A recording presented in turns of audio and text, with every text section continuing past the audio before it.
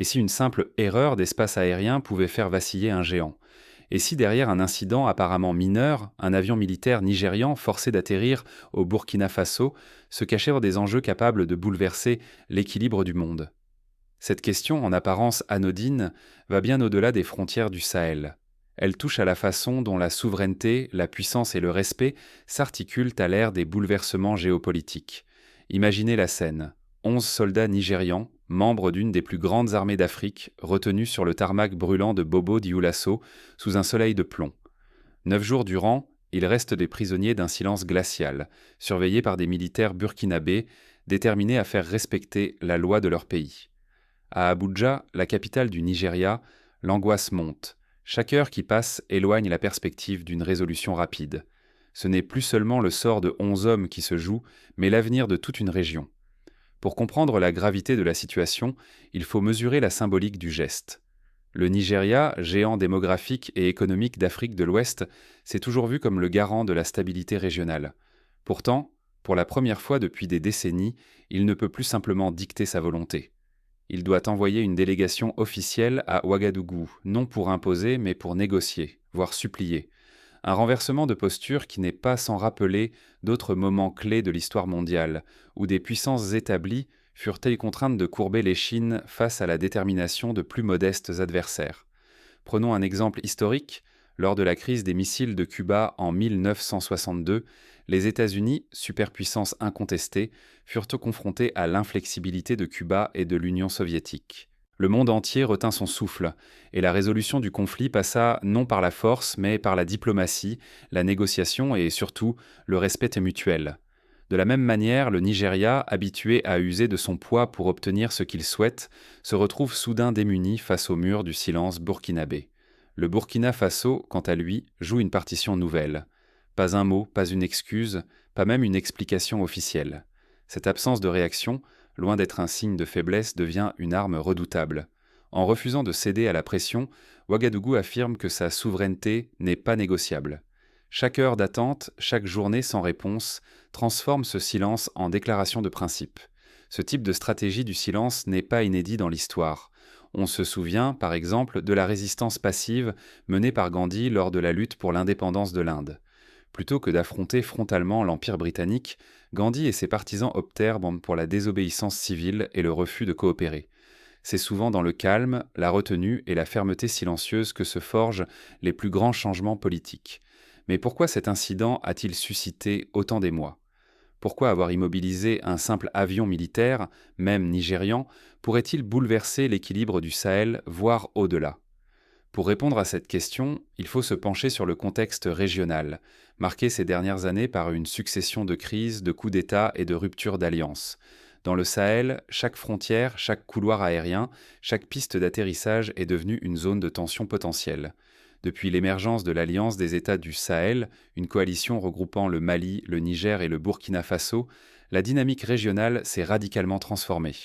Ces États, longtemps considérés comme le ventre mou de l'Afrique de l'Ouest, ont décidé de prendre leur destin en main. Leur message est clair, leur souveraineté n'est plus à vendre ni à discuter dans des salons feutrés de la diplomatie internationale. Ce dialogue de sourds entre Abuja et Ouagadougou n'est donc pas un simple malentendu.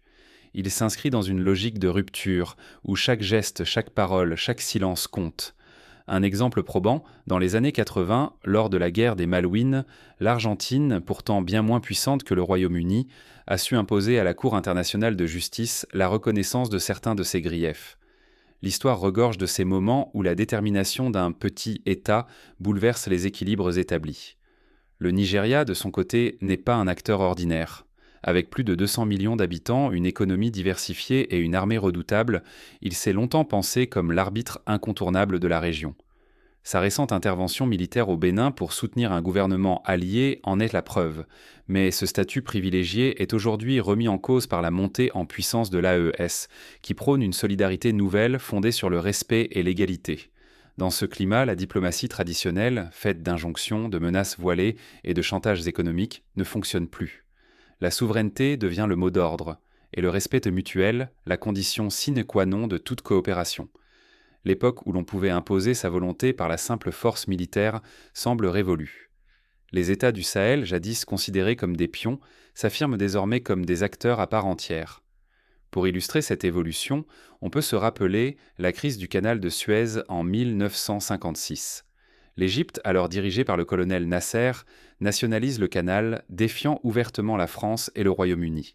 Face à la détermination égyptienne et à la pression internationale, les grandes puissances européennes doivent reculer. Comme au Sahel aujourd'hui, la souveraineté et la dignité nationale triomphent de la logique de puissance brute. L'affaire de l'avion militaire nigérian immobilisé au Burkina Faso s'inscrit donc dans une trajectoire de transformation profonde des rapports de force. Désormais, même les géants doivent demander la permission, et la force brute s'efface devant la puissance du silence. Ce qui semblait un simple incident technique devient le révélateur d'un basculement, d'une ère où la souveraineté n'est plus négociable. Mais derrière cette montée en puissance sahélienne, une crise imprévue se prépare, prête à bouleverser toutes les certitudes.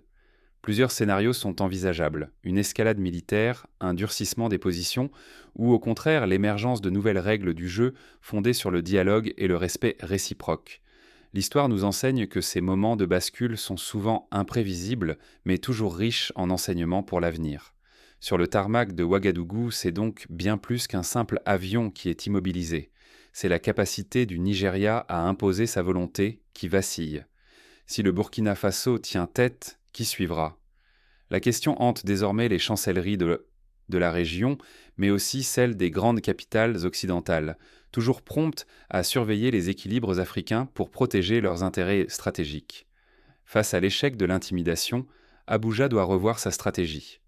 L'option militaire, bien que tentante pour certains faucons du régime nigérian, comporte trop de risques.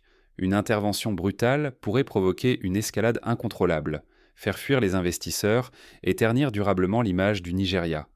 À l'inverse, la négociation apparaît comme une voie plus sûre, mais nécessite de reconnaître implicitement la légitimité du partenaire burkinabé. Ce revirement n'est pas un aveu de faiblesse, mais la reconnaissance d'un nouvel équilibre. Dans ce Sahel inflammable, chaque faux pas peut coûter cher, en influence, en crédibilité, en sécurité. L'incident devient symbole.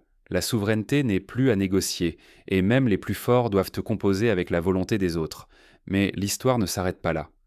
Derrière les négociations officielles, de nouveaux acteurs entrent en scène, sociétés militaires privées, multinationales exploitant les ressources minières, puissances étrangères soucieuses de défendre leurs propres intérêts. Chacun avance ses pions, prêt à tirer parti de la moindre faille. Un exemple concret, depuis le retrait partiel de la France du Sahel, la Russie a multiplié les initiatives pour s'implanter dans la région, notamment à travers le groupe Wagner.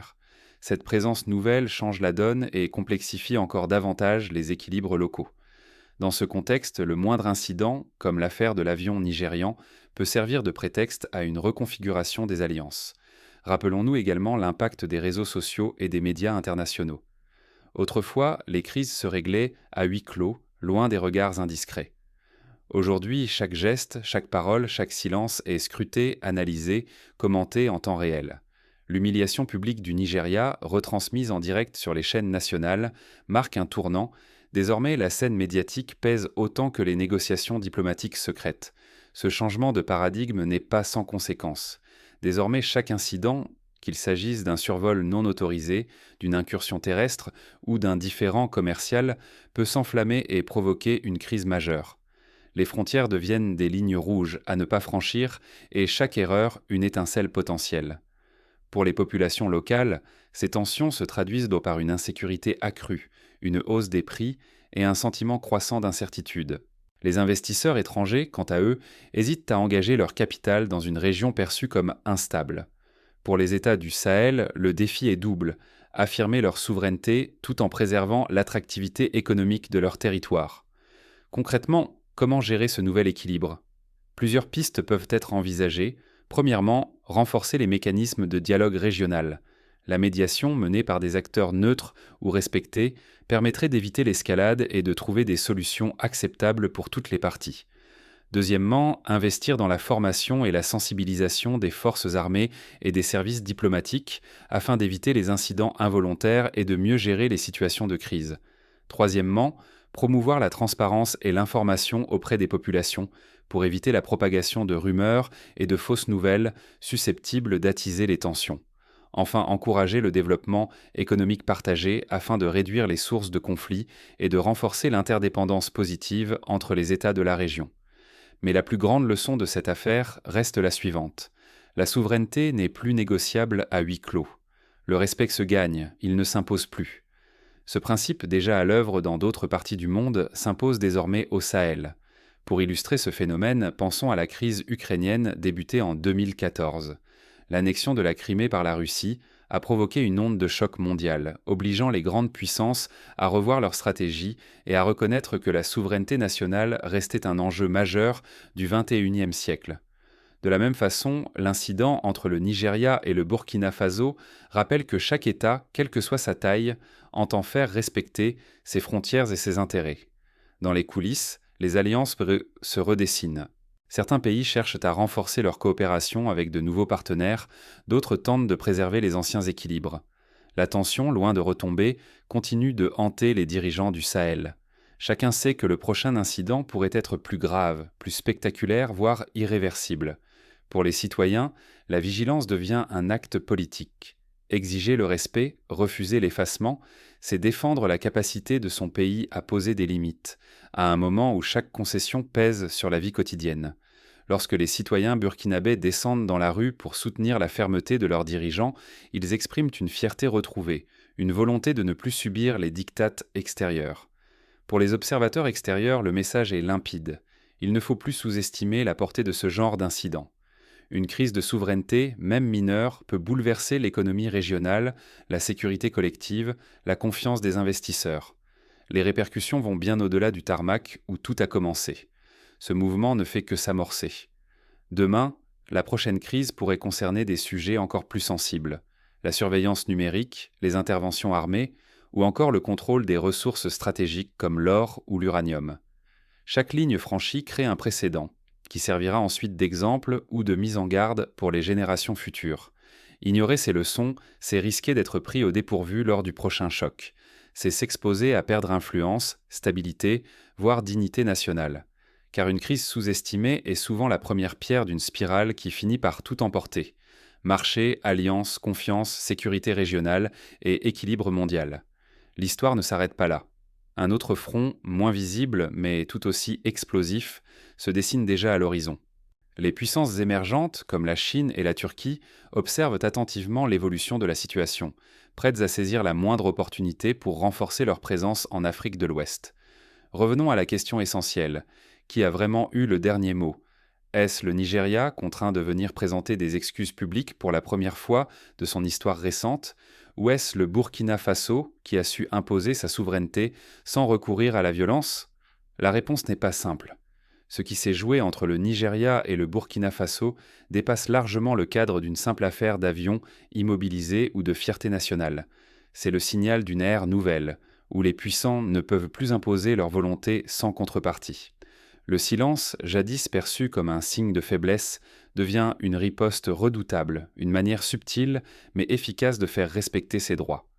Ce n'est plus seulement une question de frontières ou de procédures, c'est une leçon brutale. La souveraineté pour chaque nation, grande ou petite, ne se brade pas. Il n'existe aucun raccourci vers la dignité nationale. Le Burkina Faso n'a pas élevé la voix, n'a pas brandi de menaces. Il a simplement choisi d'attendre, forçant le Nigeria à venir demander pardon. Ce moment n'est pas anodin.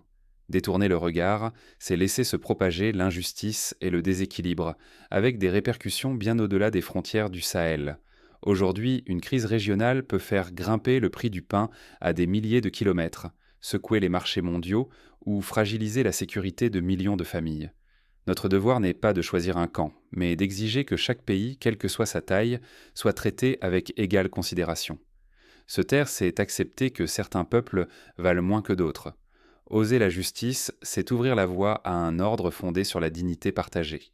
Alors, la prochaine fois qu'un incident surgit loin de nos frontières, posons-nous la vraie question. Sommes-nous prêts à réclamer l'égalité de respect ou attendrons-nous que les fissures du système finissent par nous atteindre ? Car la véritable révolution ne se fait pas dans le vacarme des armes, mais dans le courage de ceux qui, sans triompher ni crier, imposent le respect par la force tranquille de leur silence. Pour conclure, retenons ces quelques leçons pratiques à appliquer en tant que citoyens et observateurs du monde. Premièrement, informez-vous sur les dynamiques régionales et les enjeux de souveraineté. Comprendre les réalités locales permet de mieux saisir les conséquences globales. Deuxièmement, soutenez les initiatives de dialogue et de coopération régionale, qui seules peuvent garantir la stabilité à long terme. Troisièmement, refusez les jugements hâtifs ou les généralisations simplistes. Chaque crise est unique et mérite une analyse nuancée. Enfin, n'oubliez jamais que le respect de la souveraineté, même dans les situations les plus tendues, reste la clé d'un ordre international juste et durable. Ainsi se referme cette page, qui n'est que le premier chapitre d'une histoire en cours. Le Sahel aujourd'hui n'est plus une simple périphérie. C'est un laboratoire où se réinventent les règles du pouvoir, du respect et de la dignité. Et demain, peut-être ce qui s'est joué sur le tarmac de Ouagadougou inspirera d'autres peuples ailleurs à ne jamais céder sur l'essentiel, la liberté, la justice et l'égalité entre les nations.